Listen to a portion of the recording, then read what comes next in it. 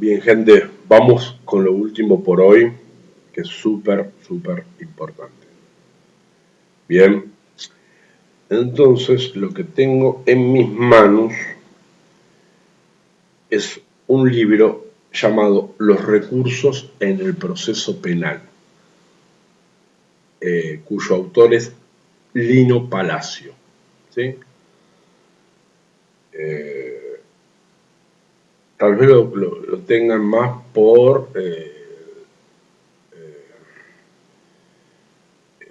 sus libros de derecho procesal, civil y comercial. Bien. No obstante ello, se animó eh, a escribir el tema de las impugnaciones en el proceso penal. ¿Sí? Eh, Tenemos un problema, que este libro fue escrito en el año 1998. Bien. Entonces, hubo una serie de modificaciones importantes en el recurso de apelación, entre otras, por lo cual el trabajo va a ser doble. Vamos a leer la parte correspondiente del libro y confrontarla con la normativa actual. Bien, y les cuento y les adelanto que cuando se modificó una cuestión relacionada con la fundamentación del recurso, esto es, se impuso una audiencia, ¿sí? Valga la redundancia, oral, frente al tribunal para sostener el recurso interpuesto. Y me tocó inaugurar, casi inaugurar ese, esa nueva normativa, ¿sí?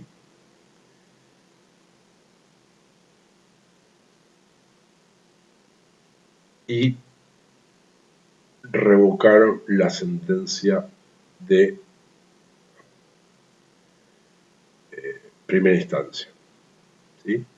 Ellos tienen la obligación no, tienen por disposición resolver en el momento. El caso era de tanta complejidad que se tomaron, creo que 5 días para resolver. Bien. Y no lo gané por mis virtudes de oratoria, que no tengo, ni por mi belleza física. ¿Sí? Lo gané porque conocía muy bien el caso. Muy bien el caso. Tal vez no sea tan importante conocer el derecho. Conocía muy bien el caso. Esa fue la razón por la cual gané el recurso. Y me ha tocado en otras oportunidades que tenía el caso ahí, qué sé yo, perderlo, ¿sí? Por eso el secreto es conocer bien el caso, estudiar bien el caso. Y una cosa que dice una de las personas más inteligentes que conozco, a la cual no voy a nombrar, porque no sé si quiere que lo nombre, eh, lo escuché decir alguna vez, dos cosas, ejerciendo la defensa.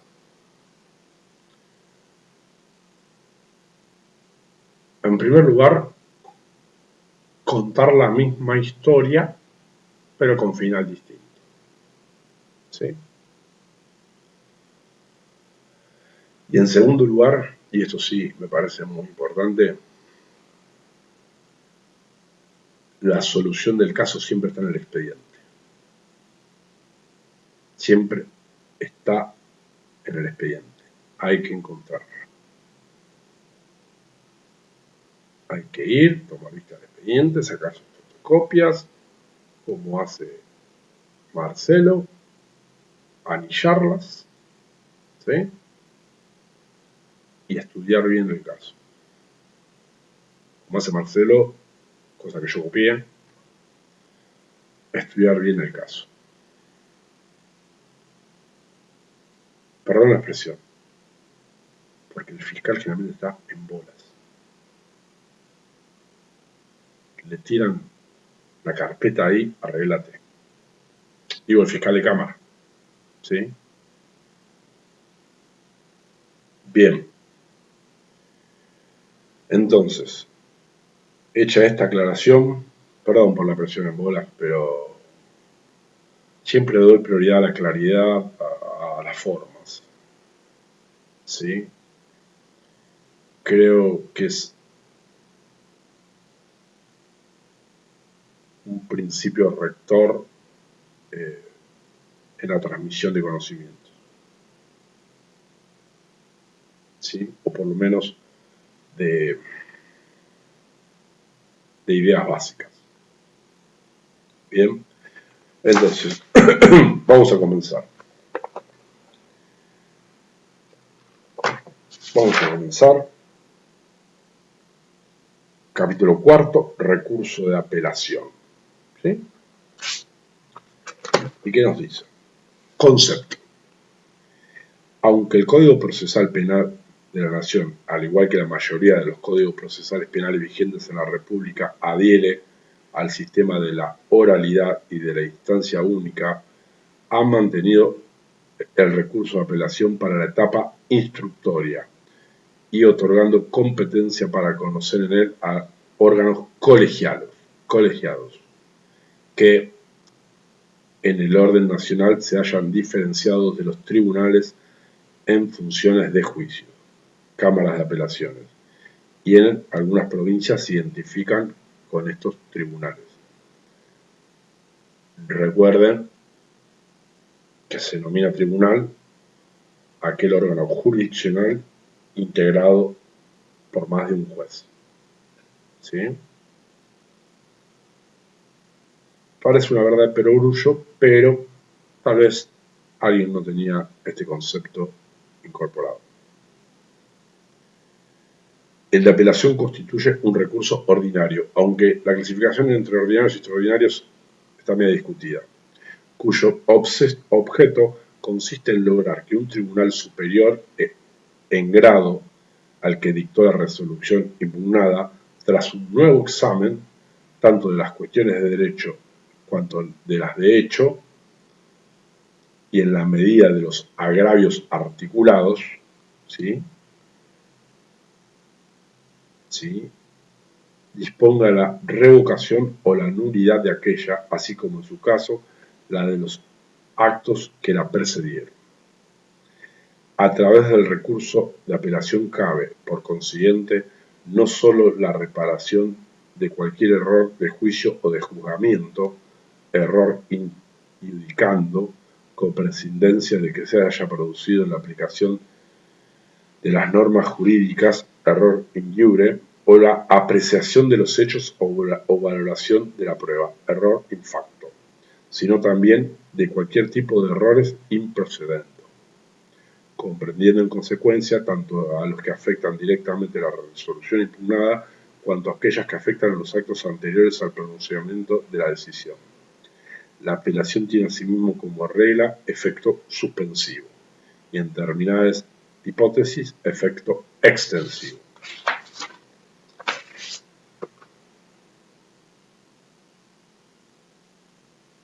Requisitos subjetivos. 26.1. Sujetos activos. En los requisitos subjetivos referentes a las partes se hallan sujetos a las reglas generales que se analizaron en el capítulo primero, a las que cabe remitir. En cuanto a la exigencia de interés directo, se ha decidido, entre otros casos, que corresponde declarar mal concedido el recurso de apelación deducido contra el auto de procesamiento cuando el recurrente solo se agravia por la calificación legal y ello no afecta la libertad del imputado, teniendo además en cuenta que dicho auto no causa estado y es reformable de oficio, que la negativa a presentarse a la declaración indagatoria veda la concesión de recurso a quien no se somete al órgano judicial, y que, si al peticionante la excarcelación se lo hizo bajo las dos formas de caución real y juratoria, la fijación de la caución real no causa agravio al recurrente sin perjuicio de su derecho a cuestionar su monto. Rige asimismo en el caso del principio general en cuya virtud el agravio debe subsistir en la oportunidad en que la Cámara dicta la sentencia sobre el recurso. Aquí conviene asimismo destacar que si bien el agravio del impugnante debe encontrarse localizado en la parte dispositiva de la resolución, siendo inapelables por ende los considerandos de estos, el principio debe ceder en aquellos casos en los cuales las proposiciones formuladas en la fundamentación constituyen directivas encaminadas a orientar su cumplimiento e integrar implícitamente la parte dispositiva o gravitan en su interpretación. 26.2. Competencia. Como ocurre en todo recurso vertical, la competencia para decidir la admisibilidad de impugnación se distribuye en forma tal que un primer examen acerca de este extremo corresponde al juez de primera instancia, de instrucción, correccional, en lo penal económico y de menores, y en ulterior y definitivo acompañado eventualmente del examen de la fundabilidad al Tribunal Superior, Cámara de Apelaciones o en algunas provincias tribunales con función de juicio.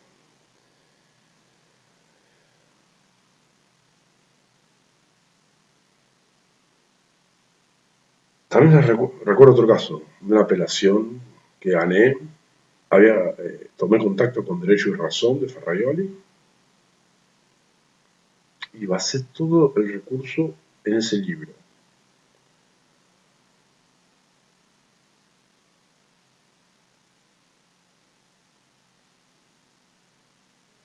Y la razón fundamental era que quería demostrar, como todo novato, que sabía. ¿Sí? Que sabía. Entonces tomé Derecho y Razón, que muy probablemente no lo haya leído a alguno de los jueces o lo que sea, pues son ellos, 1000 páginas. Entonces, creo que lo gané por eso. Pero repito, no sé si estuvo bien el recurso, pero seguí los lineamientos de Ferraioli. Puro Ferraioli.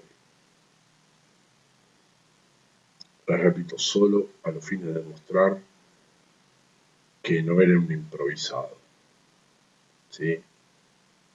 Propio de un abogado Nobel, ¿sí?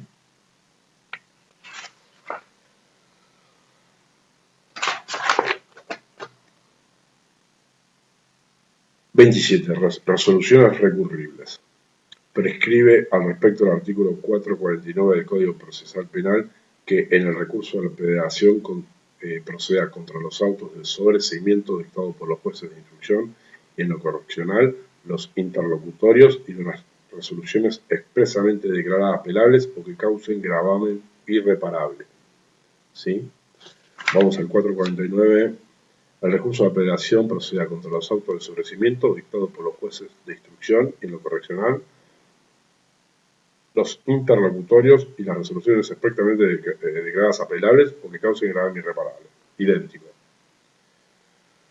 La referencia que la norma hace A los autores de sobrecimientos redundantes se tiene en cuenta que el artículo 337 del Código Procesal Penal de la Nación los declara apelables por el Ministerio Público y la parte querellante, e inclusive por el imputado o su defensor cuando no se ha observado el orden establecido en el artículo 336 del cuerpo legal. La misma reflexión resulta extensiva al auto que dispone el sobreseimiento como consecuencia de prosperar una excepción perentoria en razón de que aquel es también apelable en virtud del prescripto del artículo 345 del Código Procesal Penal de la Nación. Son autos interlocutorios y por lo tanto susceptibles de recurso de apelación en los términos de la normalizada aquellos que resuelven un incidente o artículo del proceso, o sea, que se dictan como culminación de un trámite contradictorio. Son ejemplos de tipo de resoluciones la que deciden los incidentes de exención de prisión o de excarcelación, resuelven excepciones de previo y especial pronunciamiento o desestiman la oposición del defensor a requerimiento fiscal de la elevación a juicio. ¿Sí?